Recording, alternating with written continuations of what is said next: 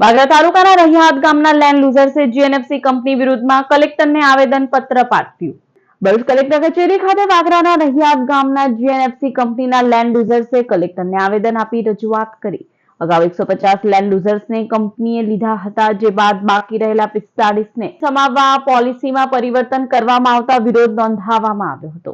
આવેદનપત્રમાં અમારા જીએનએફસી સામેના લેન્ડ લૂઝરોના પ્રશ્નો વન ઉકેલ્યા વર્ષોથી જ્યારે અમારી જમીન સંપાદન 2008માં થઈ હતી ત્યારે જીઆઈડીસી દ્વારા લખાણ આપવામાં આવ્યું હતું કે તમને સર્વે નંબર દીઠ નોકરી આપીશું, અને એ લખાણ દ્વારા આજે 150 લેન્ડ લૂઝરો અમે આંદોલન કરીને જીએનએફસીની અંદર લાગ્યા છે।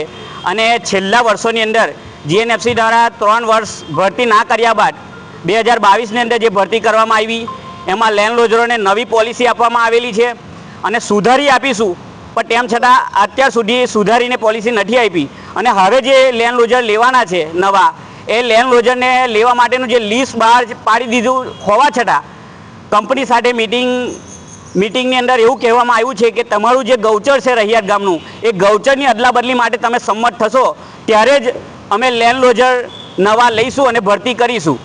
સૌથી પહેલાં તો એ પ્રશ્ન આવે છે કે 2008થી અમે જમીન સંપાદન કરેલી છે, તો આજથી પહેલાં બધા 50% જેટલા લેન્ડ લીઝરો લઈ લીધેલા છે, તો હવે થોડા વૈચા 42-45 બાળકો વૈધા છે, તેનું શું? અત્યાર સુધી તમે ગૌચરની જમીન માંગી હતી, જ્યારે અગાડીના બાળકો લીધા ત્યારે તમે ગૌચરની જમીન માંગી હતી, ને હવે કેમ તમે ગૌચરની જમીન માંગો છો?